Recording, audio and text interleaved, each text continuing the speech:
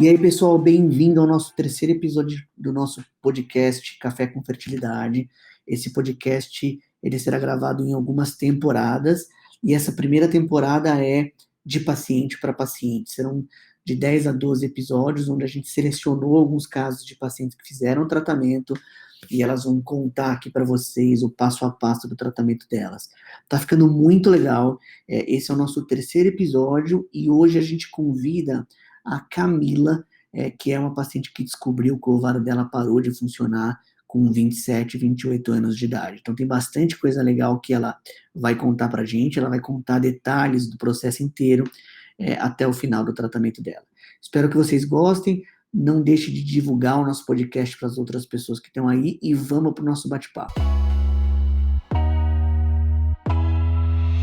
Boa tarde, pessoal. Meu nome é Camila. É uma honra participar junto com o Dr. Luiz desse podcast, né?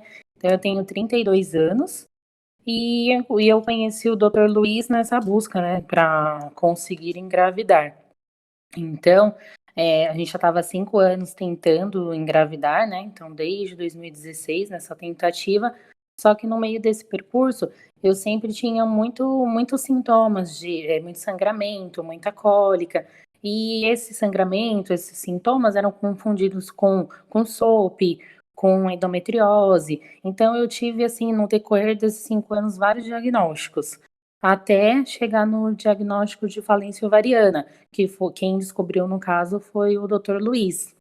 Então, foi mais ou menos o início da trajetória até descobrir mesmo qual era o fator que nos impedia de ter o nosso tão desejado sonho, foi mais ou menos esse tempo. Legal, cara. Deixa eu te perguntar algumas coisas, assim, ó. Então, Uhum. você tem 32 anos hoje. Isso. Quantos anos você começou a pensar em engravidar? Então, há 5 anos atrás a gente conversou, né? Então, em 2016 a Ah, gente já pensou em ter. Hã? E ia falar, vamos, né? Vamos ver se dá certo, né? E aí passava um mês nada, passava um ciclo nada. E com o tempo foi passando, aí a gente já bateu aquele alerta, né? Tem algo de errado. E aí eu fui fazendo vários exames e me deram inúmeros diagnósticos, mas nunca foi o certeiro, né? E nisso só os anos foram passando, né? E a gente não conseguia engravidar de jeito nenhum. O baby não vinha. Então, com 27 anos de idade, você desejou ali, 26, 27 por aí. 27, você falou Uhum. não e falou, poxa, vamos tentar ter baby, e Isso. começou a tentar. Naquela época que você começou a tentar ter baby, você passou a não tomar mais nada, né? Não usava pílula, não fazia nada. Na realidade, desde quando eu casei, eu já não era muito, já não tomava muita pílula, a gente se prevenia mesmo com preservativo, porque eu sempre os médicos passavam as pílulas e sempre dava alguma reação muito forte, e aí eu acabava não tomando. Então, às vezes eu até iniciava, mas por fim eu abri mão, falei, não vou mais tomar não. Então eu fiquei todo esse tempo praticamente sem pílula. Legal. Então, quer dizer, você ficou um tempo, você nunca se adaptou muito bem à pílula, Não. e a partir de um momento ali no casamento, você falou, poxa, quero tentar ter filho, a gente quer ter baby, isso foi entre Uhum. 26 e 27 anos de idade. Isso, E, exatamente. e como é que era o ciclo menstrual ali, Cá? A menstruação era regular ou era irregular? Não, era super irregular, foi assim, foram momentos, assim, bem difíceis, porque no começo eu menstruava certinho, até antes de 2016 eu menstruava certinho e pouco, só que com muita cólica. Tá. Depois de 2016 começou a vir muito e a cólica aumentou. Então, assim, era muito mesmo, e eu cheguei a ficar, o meu limite foram quase 3 meses menstruando, não assim num volume, né, mas, sempre tinha algum tipo de sangramento. E aí depois, às vezes, eu ficava 3, 4 meses sem menstruação. Então eu nunca sabia certinho qual era a data correta de menstruação, o meu período fértil, porque às vezes eram meses de sangramento e meses de ausência de menstruação. Tá, então você chegou algumas vezes a ficar ali 3 meses sem menstruar, né? Sim, em 3 meses menstruando. Tá. Eu acho que uma das coisas que mais chamou nossa atenção, cá, no seu caso aqui, olhando todas essas. E essa é uma coisa legal, assim, do nosso podcast, né? A gente vai ter entre entre 10 e 12 episódios nessa primeira temporada. E Legal. cada paciente que a gente convidou, ela tem uma coisa especial, né, para contar, assim, para passar de notícia. E o seu caso realmente é ali a perda da função, né, ovariana em pacientes jovens. Mas o que a gente queria tentar alertar é realmente como que surgiu, ou quais são os médicos que começaram a pensar nisso em paciente jovem. Alguém te falou que você existia esse risco, por exemplo, pela irregularidade, que o ovário podia parar de funcionar ou não? Não, não, eu passei por muitos médicos mesmo, assim, porque é angustiante, né? Você falar, um fala, você tem X, o outro Y. Então, a gente fala, fica naquela dúvida, né? Então, assim, eu sempre buscava outros profissionais, falava, não, é normal. Então, vamos tomar um remedinho aqui que vai passar. E nunca passava. Alguns me encaminharam até para cirurgia, nem sei bem qual tipo de cirurgia que eles gostariam de fazer, pediram até o pré-operatório e tal, e eu falei, não, vamos investigar melhor, isso acho que uns 2, 3 anos atrás. Então eu tomei, assim, muita medicação para SOP, muita medicação para endometriose, e no fim não era nada disso. Então, assim, foi uma caminhada bem dolorida. Tá. Existiam alguns médicos ali que te acompanhavam que falavam que era ovário policístico, chegaram a te falar Sim, isso. muitos, a maioria falava: "Não, é ovário policístico e é normal, é só a gente tomar medicação", passavam alguns remédios e vai dar certo. Aí com medicação, às vezes até dava certo, só que aí quando parava a medicação, aí, começava a bagunçar tudo novamente, o meu ciclo. Interessante. Ou seja, quando você fala, mesmo com a medicação, você menstruava, na verdade, você sangrava ali. Sim, tinha que tomar muita medicação para bloquear. Se fosse, sei lá, medicações mais simples, que não fossem tão fortes, às vezes eu acabava menstruando. Então, assim, era uma mistura de, às vezes falava, você tem isso. Então, batia até um alívio, que eu falava, ok, descobriram que eu tenho. Então, a gente fica até mais tranquila, né? E no fim, não era nada daquilo. Aí vinha novamente aquela tristeza, né? Ah, entendi. Então você foi em vários médicos, os médicos pensavam em algumas coisas de ovário policístico, pensaram Uhum. em endometriose, e nesse percurso, mesmo às vezes ficando 3 meses sem menstruar, ninguém chegou a apontar ali a Não. baixa reserva ovariana. Não, nunca, nem citaram nada sobre isso no decorrer dessa caminhada. E me responde uma outra coisa, você tinha algum sintoma de, porque assim, o que que você como paciente, porque como eu acompanhei um pouco do seu caso, e isso é uma coisa interessante, hoje eu sei qual que é o diagnóstico, né? Hoje a gente sabe ali que você é uma paciente que tem a falência ovariana precoce, né? A FOP, prematura, mas o que que você sentia, assim, existe algum sinal que você pode falar, pelo que você lembrava, que pode ligar um alerta nas pessoas que também podem ter falência ovariana? Olha, eu, assim, quando a gente tem algo de errado na gente, a gente às vezes fica pesquisando na internet, será que eu tenho isso? Será que eu tenho aquilo? E um certo dia eu fiz uma pesquisa aleatória e eu sim, fiz a leitura, né? E vi que falava às vezes que em caso de falência ovariana podia sentir um pouco de calor. Então, assim, mexendo na internet, que eu vi alguns sintomas esquisitos, assim, um calor intenso do nada, depois passava, e essa irregularidade menstrual, mas assim, aquilo ficou só como uma pulga atrás da orelha, mas eu nem cheguei a comentar com o médico, porque eu já estava tão assim, recebendo tantos diagnósticos um em cima do outro, que eu falei, eu não vou colocar mais esse aí no meio da história, mas assim, eu já sentia que, por conta da leitura que eu fiz, que podia ser isso, mas eu não cheguei a comentar com nenhum médico, porque se eles já tinham batido o martelo que era aquilo, eu acabei meio que aceitando. Mas assim, o calor e a irregularidade, eu meio que já desconfiei que pudesse ser essa falência. Olha que interessante.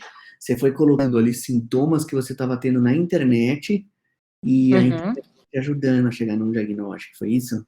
Sim, sim, eu comecei a pesquisar, né, eu falei: "Não, tem alguma coisa de errada", porque, muitas coisas do que eu sentia não batia com o diagnóstico que tinha sido, finalizado ali para mim. Eu falei, não, isso aqui até bate, mas outro já está totalmente fora. Então, como toda mulher é muito curiosa, né? Eu falei, não, deixa eu pesquisar mais um pouquinho para eu dar uma olhada e ver se realmente é isso, porque eu não sentia que era aquilo, que eles falavam, porque eu sei que muitas mulheres, até com endometriose, com ovário policístico, tem um pouquinho mais de dificuldade de engravidar, mas consegue. E o meu, assim, eu já estava muitos anos sem pílula, nada, e nada acontecia. Joia. Quer dizer, é interessante, eu tenho visto isso nas pacientes também. Existe um feeling, assim, algumas vezes a gente dá o diagnóstico para a paciente, né? Olha, o baby não vai vir, tudo, e a paciente já fala, doutora, eu já sabia. Que é interessante, né? A pessoa vai namorando em casa, vai fazendo o que normalmente faz para o baby vir, o baby não vem, a paciente vai pressentindo, né, que a coisa não vai acontecendo. Então, deixa eu ver Sim. se eu entendi aqui, só para a gente.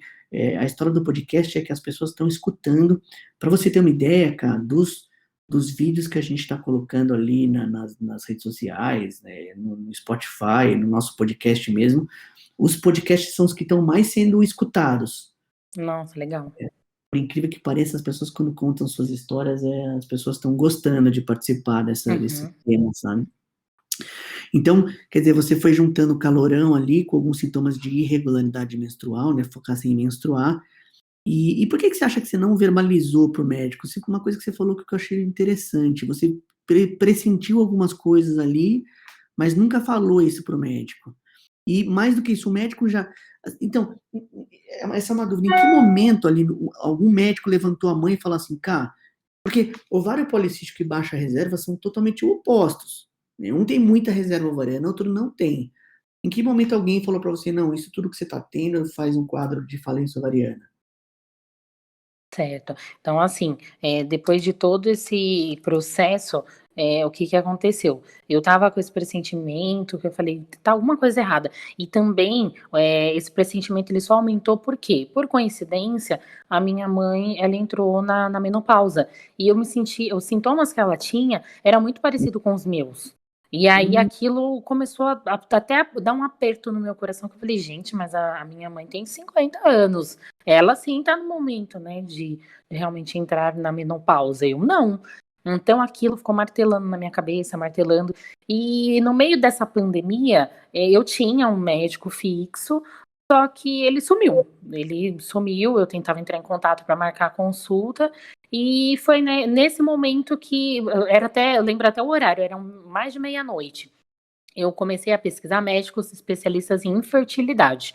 Eu estava até dormindo, acordei, peguei o celular e fui pesquisar. Nessa pesquisa, eu encontrei o Dr. Luiz, né? Encontrei você uhum. e a gente marcou uma consulta através de telemedicina, né? E aí nisso a gente começou a bater um papo, começou a pesquisar mais. Então, assim, quem descobriu efetivamente, depois de 5 anos de caminhada, de todo sofrimento, angústia, ansiedade, foi você. Ah, eu achei que você já tinha o diagnóstico antes, você já Não, avisou. não, E, não, não tinha. interessante, hein? Bom, não é querendo falar nada do que eu descobri, mas é interessante ver que algumas. Porque eu acho que a gente tem uma função também de pegar a ginecologia geral e também tentar mostrar um pouco de como pensar em que pacientes jovens podem ter o ovário parando de funcionar. É muito difícil o médico ali ver pacientes com 27 anos que têm esse diagnóstico, né? Sim, exatamente. E assim, o decreto final foi quando nós fizemos, você pediu aquele exame, o antimuleriano, né? Tá? E aí a gente já viu que realmente estava praticamente zerada toda a minha reserva. Engraçado, esse exame antimileriano, nesses 5 anos, eu fico pensando assim, você procurava um médico ginecologista, fala, doutor, eu tô casada, tô querendo engravidar, então querendo engravidar, você já tinha falado para os médicos isso. Sim, sim, já todos estavam totalmente cientes que o meu desejo, além de não ter tantas cólicas e tanto sangramento, era o desejo de ser mãe. E então, você falava, eu quero engravidar, você falava que tinha, às vezes, 3 meses que não menstruava, e ninguém tinha te pedido um antimileriano ainda. Não, assim, eu nunca nem tinha escutado falar sobre esse exame, né? Foi tudo novidade para mim. Que coisa. E a gente está falando de um caso que aconteceu agora, né? Quer dizer, você. Sim, a gente está assim nesse tratamento com vocês. A semana que vem vai completar um ano. Tá, é recente, isso é uma coisa É importante. recente. Isso é uma coisa importante para a gente falar para o podcast aqui, porque o Café com Fertilidade, a gente está vendo que pessoas que estão tentando engravidar estão escutando. E não são histórias que passaram 8 anos atrás, 10 anos atrás. Não, não, Elas são recentes. Legal. exatamente. Tá, e aí eu quero te perguntar assim, você, então, a gente já entendeu que você passou por um percurso grande aí, procurando algumas especialistas, tentando engravidar, tudo, depois você foi no médico que trabalha com isso, fez o diagnóstico. Eu lembro até que no começo, que a gente confundia um pouco se podia ser endometriose, né? Você estava com esse Sim, diagnóstico, né?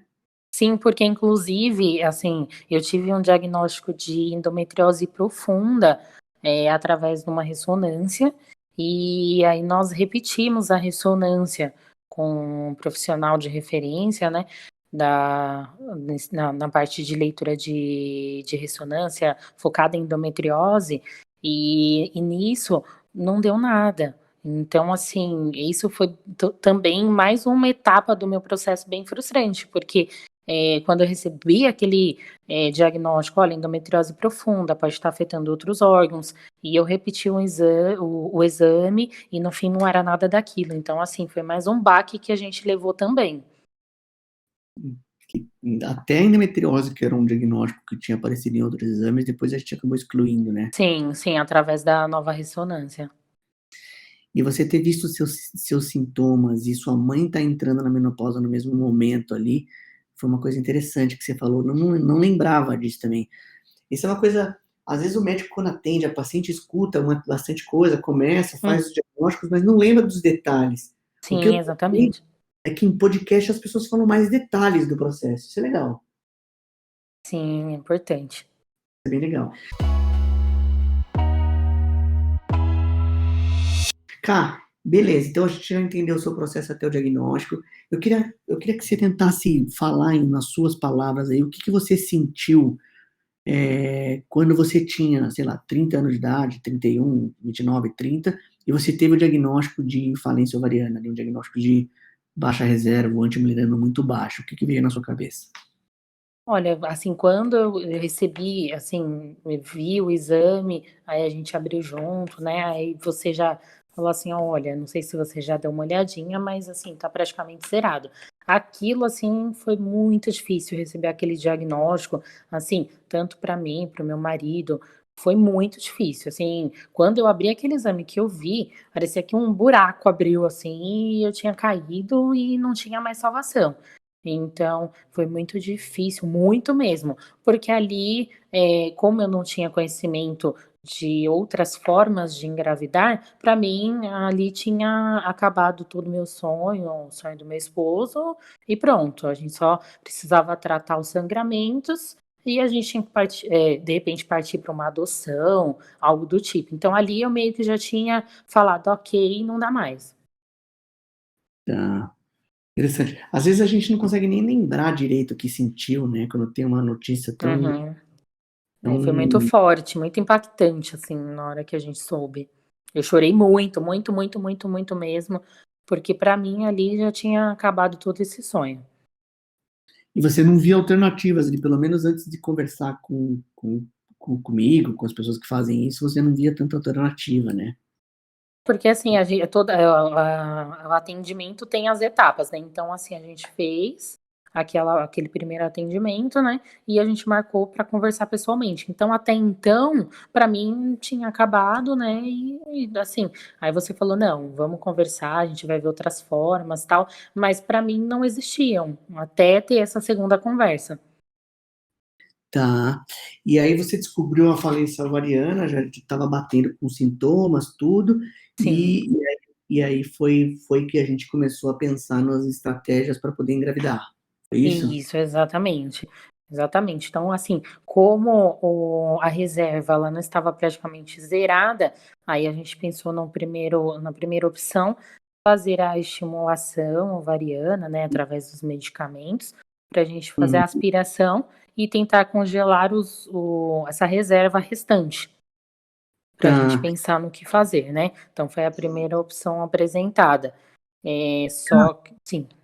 não, desculpa, eu queria te perguntar, que agora me veio na cabeça aqui, que eu acho que é uma coisa. Você chegou a procurar na internet pacientes que tiveram o mesmo diagnóstico? Ou Sim, eu não? cheguei a olhar, mas assim, como eu estava muito triste e tentando absorver tudo aquilo, foi uma etapa que eu meio que não fui muito a fundo, porque tudo estava muito confuso na minha cabeça e muito difícil de aceitar.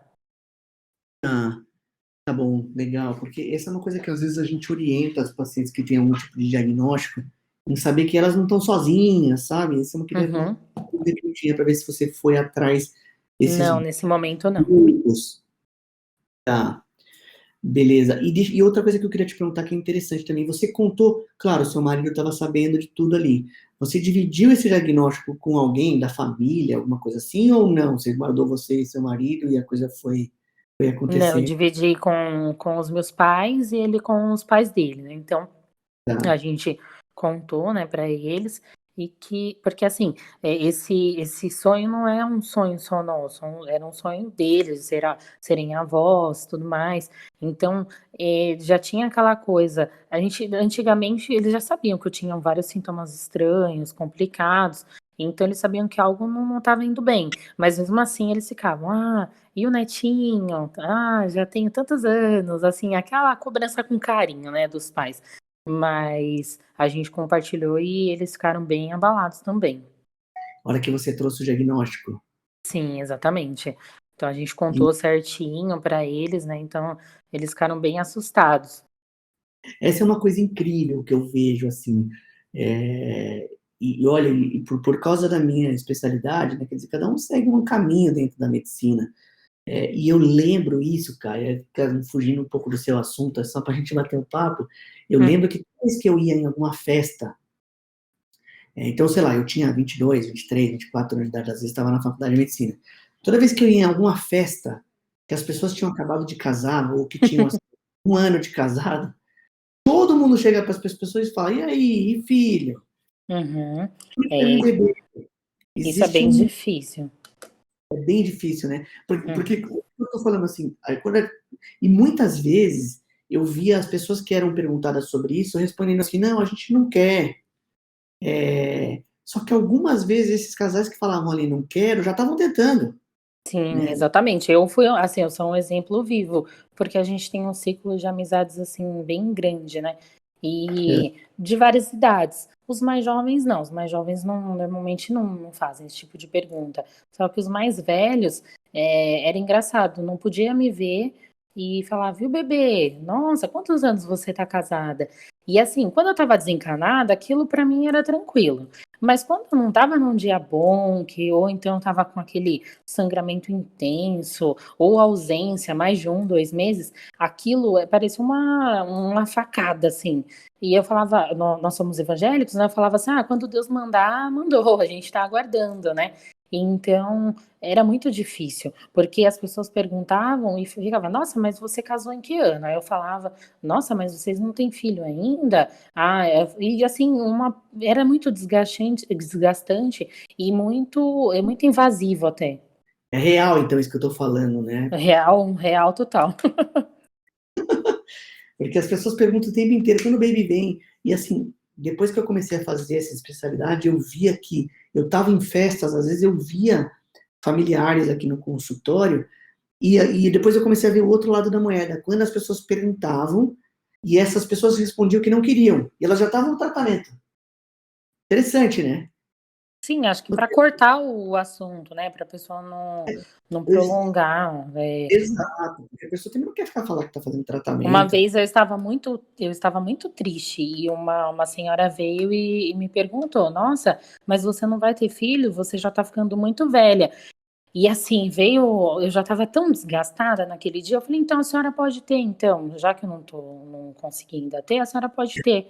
Aí fui até um pouco malcriada, né, mas assim, era pa foi um período que todas as senhoras que me olhavam para mim, elas me perguntavam, teve até um tempo, assim, durante um mês, mais ou menos. Aquilo já estava me chateando tanto que eu não queria ir para os lugares. E eu falava, vai, deixa eu ficar aqui quietinha, porque todo mundo que olha para minha cara cobra um bebê. Eu quero um bebê, só que eu não consigo ter o bebê. Então, aquilo já estava me sufocando. Então, se eu não tivesse ficado assim focada, né, tranquila, olha, tá tudo bem. Às vezes pode até desencadear outras doenças, uma depressão, algo do tipo, por conta da cobrança excessiva das pessoas. Às vezes a pessoa não cobra por mal. Eu citei dados familiares, os pais. Eles falam, quero ter um netinho, mas era com carinho. A gente não sentia aquela cobrança.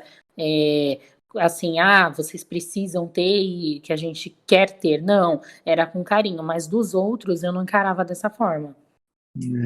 Eu estou pensando aqui, pelo que você está falando ali, de até gravar um vídeo depois, quanto que se deve perguntar para um casal se eles vão ter filho ou não? Eu acho que, pela conclusão que eu estou fazendo aqui, nunca. Nunca, eu já te respondo, nunca, porque a gente, assim, sabe que eu pensei também esses dias? Muitas pessoas, elas não têm noção que algumas engravidam no piscar de olhos, só que agora, eu até conversei com o meu marido esses dias sobre isso, só depois que a gente está passando, né, por todo esse processo, a gente conseguiu ver que nós não estamos sozinhos. A gente começou a ver até no nosso círculo de amizades que muitas meninas também não conseguem engravidar. Só que aí tem diagnósticos diferentes do meu, né? Mas assim, eu tenho, por exemplo, nesse momento, eu tenho 2 colegas que acabaram de fazer uma FIV. E para mim, eu olhava, falava assim, nossa, será que tá tudo bem ou se eles não querem? Mas eu guardava para mim, não ficava perguntando para elas. E por fim, também passaram pelo mesmo processo. Então, assim, eu acho que nunca deve ser perguntado isso, porque muita gente não pode engravidar ou tem alguma dificuldade. Que legal. Você vê que pessoas que passaram pelo negócio, a minha resposta, como a sua, é nunca. Eu não acho que se você perguntar para um casal se vai ter filho ou não, você vai pressionar de alguma forma, né? É sempre negativo. Uhum, Eu não exatamente. sinto que deve ser perguntado para nenhum tipo de casal, né? Interessante isso. Exatamente. Legal. Bom, então algumas coisas importantes que a gente viu aqui do seu caso, né? O diagnóstico inesperado, né? Uma paciente super jovem descobrir que o ovário parou de funcionar. Até em meio médico, não se espera que uma paciente jovem pare de menstruar, né? Que o ovário pare de funcionar. É engraçado, isso não é uma glândula que nem o grupo médico pensa, né, que o ovário pode parar de funcionar. Isso é uma coisa interessante. A Sim. outra coisa que eu queria conversar com você, você já falou também, é com quem você dividiu, e se isso foi importante ou não. Você falou que dividiu com seus pais, né? Os pais do Sim. Marcão, aí foi importante eles ajudarem. Bom, então eu quero que você me conte agora como é que foi a conversa com o médico, no caso eu, quando você voltou do diagnóstico. Quais foram as opções aí de tratamento? Então, aí nesse segundo bate-papo, aí foram apresentadas as opções que teríamos mediante a esse diagnóstico, né? Então, a primeira foi Tá, congelar os óvulos, né? Só que aí nós fizemos todo aquele processo de aplicar a medicação na barriga e tudo mais para estimulação, só que não ficou legal, não desenvolveu tão bem quanto a gente esperava. Então tinham 4 folículos, assim, não dava nem para considerar que era, o segundo bem pequenininho e 2 se desenvolveram. E no final, depois de todos os ultrassons, só um estava mais ou menos e o outro estava perfeito. Então nós teríamos, sei lá, 1, 2 chances de fazer essa aspiração e deles irem para frente para seguir todo passo a passo da fertilização, né, da FIV. tá. E você, quer dizer, a proposta inicial foi tentar, então, mesmo que a gente sabia da baixa reserva ali, da dificuldade, estimular o ovário. Foi o que foi, Isso, tá? exatamente. Aí você tomou todos os remédios de estimular o ovário e chegou, eu não lembro direito, mas você chegou a ir para o laboratório tentar aspirar eles ou teve que cancelar o tratamento? Não, não, aí nós anulamos, né, o tratamento, porque assim, na nossa conversa você falou, olha, até dá, mas as chances são baixíssimas. Só que aí eu também andei pesquisando que até na aspiração e no processo, né, com os embriologistas, eles não poderiam não sobreviver. Então, assim, não foi assim falta de fé, nada do tipo, mas eram só dois, assim, e o tratamento ele não é barato. Então, assim, para ir para o laboratório, arcar com todo aquele custo e por vias de fato não dar certo, a gente preferiu anular. Então, essa é a primeira opção. Tá. Então tentou se estimular, não chegou até E o aí final. estimulamos muito, assim, a gente tomou, cheguei a tomar um pouquinho, você até comentou, que eu era uma das pacientes que mais tinha tomado remédio para tentar ver se realmente teríamos um resultado positivo, mas infelizmente não deu certo. Tá, legal. O ovário não respondeu aos remédios, mas Não. isso é uma coisa importante também. Algumas pacientes, elas podem ter alguns folículos aí, elas podem estar bem no meio do caminho, né, entre cancelar o tratamento, né, não ter óvulo nenhum e ter alguns óvulos, né? Uhum, Interessante. exatamente. Então a gente anulou. Então, com a descoberta da baixa reserva ali, ou da coisa, primeiro foi a tentativa de estimulação, e aí como é que foi a notícia? E aí as outras opções? Quando que chegou para as próximas opções? Certo. E aí, como não deu certo, você falou: olha, a gente tem uma segunda opção, que seria a ovodoação. E eu Tá. nunca tinha escutado falar sobre ovodoação, ovorecepção, e também aí nesse momento eu fui pesquisar na internet para entender, porque para mim só existia assim, doação de órgãos, doação de sangue. Eu nunca na minha vida inteira tinha, eu já sabia de doação de esperma, mas de óvulos nunca. Tá. En- Então, essa foi a segunda opção, e aí você Ah, apresentou para a gente, né? Como era uma opção assim, bem diferente, né? Que aí a gente tinha que é, conhecer, ver as pessoas que eram compatíveis com semelhantes, né? A nós, a cor de pele, altura, peso, enfim. Nós fomos recebendo, né, algumas candidatas, né, e aí a gente foi conversando sobre o assunto. A priori, eu levei um baque, porque até entender como que eu quero ser mãe, mas eu vou ser mãe de um óvulo doado, como é isso? E aí, aos poucos, durante a semana, isso foi entrando melhor na minha mente. ah. Então, esse também é um diagnóstico, é uma aceitação difícil, né? Sim, exatamente, porque a gente fica pensando, aquelas coisas, vai ser a cara da mamãe, a cara do papai, sei lá. E aí foi um dos questionamentos que eu fiz, mas a gente vai ter dessa forma, mas como que funciona? Até meu marido brincou, meu Deus, já pensou, vem um japonesinho? Aí você explicou que tinha toda uma entrevista, para que seja o mais compatível, o mais semelhante possível com o casal, né? E aí nós fizemos inúmeras pesquisas junto com as meninas, né, do Baby Center, e aí ficamos estudando aquilo porque para mim era diferente. E aí eu vi várias pessoas colocando em alguns grupos que tinha passado por isso, tal, e que foi a melhor opção, a melhor coisa que elas fizeram. Aumentaram as chances, né? Porque a pessoa tinha uma reserva ovariana bem baixa e às vezes nessa ovodoação a doadora ela podia ter inúmeros óvulos para poder doar para você, com isso aumentando a chance de você conseguir engravidar. E aí, então, o processo foi, o médico indicou, e vocês viram algumas doadoras, né? Como é que é ver essas doadoras? É estranho, não? Era bem estranho porque assim, a gente não vê a foto da pessoa atual, né? Mas vê foto quando criança, para ver se tem alguma semelhança, tom de pele, formato do rosto, enfim. Então nós fizemos todo aquele passo de ver tipo sanguíneo, que aí tinha o tipo sanguíneo tanto o meu quanto o do Eric, né? Aí Ah, uma das prioridades que a gente queria o tipo sanguíneo do meu, né? Não do Eric. Então, hum. isso já era uma das prioridades que a gente destacou. Então, a gente listou, né, é, algumas coisas, algumas prioridades que nós queríamos, E aí fizemos essa visualização das fotos quando criança, e era bem difícil, porque eu até comentei esses dias com a minha mãe, eu falei, nossa, é difícil porque as entrevistas que a gente fez, né, através daqueles relatórios que as meninas mostravam para nós, até hoje eu estava lembrando de algumas fotos, assim, então eu, assim, como tentante nessa parte de FIV, eu acho que não, às vezes nem é necessário, que vocês, né, dão a opção de ver ou não.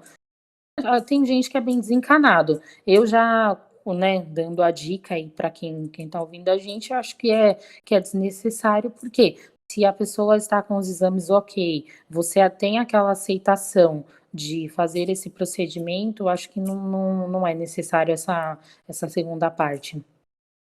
Eu tenho a mesma impressão, viu, cara? Eu acho que algumas vezes você fica com aquilo na cabeça, né? Sim, exatamente. Tipo assim, aí eu não sei se todas têm, né, que já participam, já passaram por esse processo, ficaram pensando dessa forma. Mas aí eu ficava, ai, mas olha, a candidata era assim, assim, assado. Será que a criança vai vir com o olho dela, com a boca dela? E eu acho que isso não é saudável. Então, você até nos alertou, olha, não é necessário, é opcional as fotos. O importante nesse processo ter assim a parte sanguínea, a parte dos exames ok, uma boa reserva. Então, depois que a gente fez esse processo, essa primeira parte, entendeu que só isso já estava ok, eu tenho até hoje no meu caderno a minha lista gigantesca de coisas que eu queria na doadora.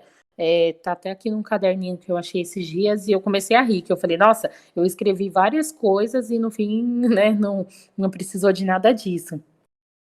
Legal. Você imaginou ali um monte de que você gostaria e não precisa. Uhum.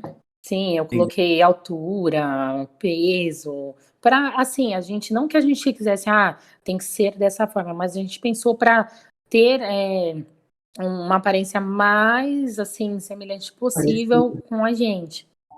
Legal. Entendi.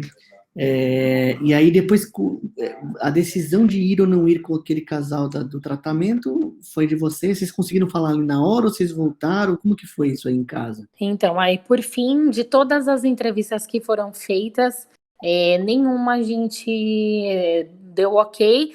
Aí, por fim, apareceu uma outra doadora que a gente até gostou, mas a gente demorou muito para dar resposta. E aí ela acabou fazendo em outro lugar. E aí, quando foi uma quarta doadora, e ela apareceu, no caso, ela já era sua paciente, né? E ela, de bom coração, ela só quis doar, ela não estava fazendo tratamento nenhum para engravidar nada. É uma paciente super jovem e ela gostaria, ela falou, olha, eu gostaria de ajudar alguém, né, nesse processo de ovodoação. E ela doou todos os óvulos para nós, todos. Então não teve aquela divisão que eu teria com as demais que foram entrevistadas, porque ela sentiu no coração dela de fazer essa doação.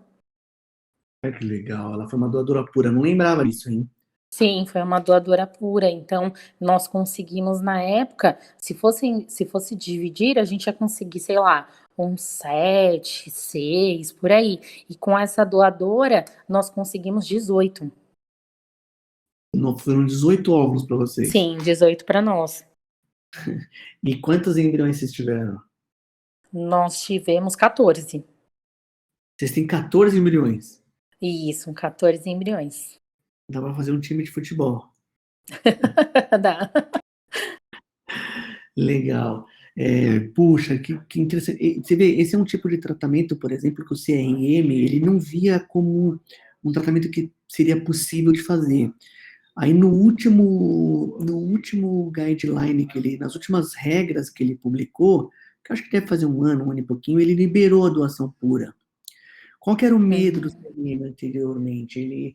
Ele tinha medo que as pacientes que doassem recebiam algum tipo de benefício financeiro para isso, né? Ou seja, você não pode entendi. receber dinheiro, por exemplo, para ser uma Sim. doadora de óvulos. E agora que você está falando, achei bem legal. A gente tem bem poucas, é raro isso acontecer, mas de vez em quando a gente tem alguma paciente que quer doar porque ela quer ajudar algum casal. Interessante, né? Sim, interessantíssimo. E assim, até Esse- comentei com algumas pessoas que isso era importante ser divulgado, porque assim, muitas pessoas, assim, da família mesmo, que a gente não contou assim para todo mundo, mas assim, os meus pais, os pais dele, os irmãos, eles também nunca ouviram falar nisso. Então, acho que é um assunto interessante a ser abordado para as pessoas terem conhecimento, né, que dá também, existe essa opção. Legal. Eu acho que muitas coisas que a gente está falando aqui as pessoas nunca escutaram falar, né? Mas Sim. imagina um gente jovem de 27 anos que para de funcionar o ovário, que enfrenta todas as dificuldades. Eu lembro que a gente ficou bem triste na época, né? Sim, exatamente. A gente então deu certo com esse match, seguiu com o tratamento, e aí você engravidou, né? Isso, exatamente. Então a gente, a priori, fez o processo com a doadora, né? Então foi um Uhum. sucesso, né? Pela quantidade. Depois a gente vai até ter que doar o que a gente não for ter mais de filhos, porque é muita coisa, né? Então, Exato. graças a Deus, foi muito mais do que todos nós esperávamos, né? Então a Isso. gente fez, né, a parte da estimulação, e assim, também acredito que seja um processo difícil diferente, né, para quem está doando, por isso que a gente, no caso, vai ser eternamente grato por essa doadora que a gente nem conhece, porque ela tem a parte da estimulação dela, e para fazer essa aspiração, o deslocamento para ela ir no laboratório, sei lá, a pessoa tem que ter um coração muito bom mesmo para fazer isso. Então a gente achou isso muito, muito, muito interessante. Então, depois que fez todo esse processo, aí chegou o grande dia da gente fazer a implantação. E aí foram implantados dois embriões, né, no comecinho desse ano. E pelo caminho que está seguindo, acredito que estamos grávidos de apenas um bebê, mas nós transferimos dois, né? Mas a gente ficou muito feliz, né? Porque aí depois de 10 dias a gente fez o exame, né? O beta, e deu positivo. Então, assim, todo aquele processo doloroso de 5 anos atrás foi em menos. Foi até o que a gente comentou no início, que a gente está 1 ano nesse tratamento e 1 ano com o nosso sonho realizado, né? Legal. E tá dando sustinho, né? Teve sangramento. É, inclusive estou aqui de repouso, né, quietinha, que aí Sentadinho. na sexta-feira eu tive, foi bem pouquinho, não foi um sangramento muito forte, mas para quem está passando por esse processo há tanto tempo tentando, acho que uma gotinha você já entra em pânico. Mas assim, você está dando todo o apoio pra gente, quanto tudo o que acontece, cada detalhe a gente já aciona as meninas, a Gabi, fala, ó, tá acontecendo isso, isso e isso. Já o que a gente gostou foi desse respaldo, né, que a gente está tendo sempre, porque é um processo diferente, né? Então a gente já fica assustada, aquela ansiedade da gravidez e tudo mais, mas graças a Deus deu certo. Aí tô de repouso, tomando toda a medicação, não tive mais sangramento e tô me sentindo bem. A gente vai terminar esse podcast com com a, a sensação aqui que a preocupação nunca termina, né? Ainda a gente está na gestação e estamos preocupados ainda se as coisas vão em frente, se vai dar tudo certo. Legal isso. Sim. Algumas pacientes que a gente tem feito o podcast já terminaram o processo, o neném já nasceu. É, Uhum, a gente vai ter alguns casos das pacientes que fizeram alguns tratamentos e não deu certo. Então, uhum.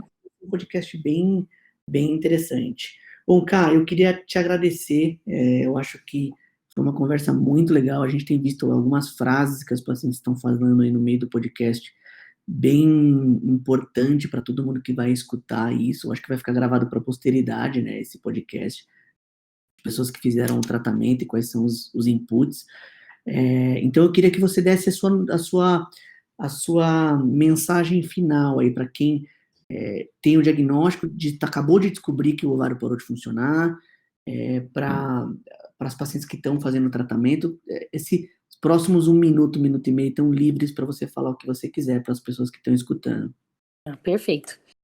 Então, vamos lá, assim, o meu recadinho é para a pessoa, né, para a mulher que receber esse diagnóstico, não desistir, procurar ajuda adequada, né, procurar o Dr. Luiz, e assim, não desistir do sonho, né? Porque às vezes a gente recebe um diagnóstico e foi o que a gente falou no meio do podcast, que a mulher ela tem aquele feeling. Então, se você sentiu que você tem um diagnóstico, mas não é aquilo, vai procurar outros profissionais, fala, não, eu sinto que é isso. E fale, não faça como eu acho que é isso, porque a gente tem aquele instinto, né? Então, se você acha que é aquilo, compartilha com o seu médico e não desiste de jeito nenhum. Acredita que Deus vai dar a sua vitória, né? Que você vai conseguir realizar o seu desejo de ser mãe.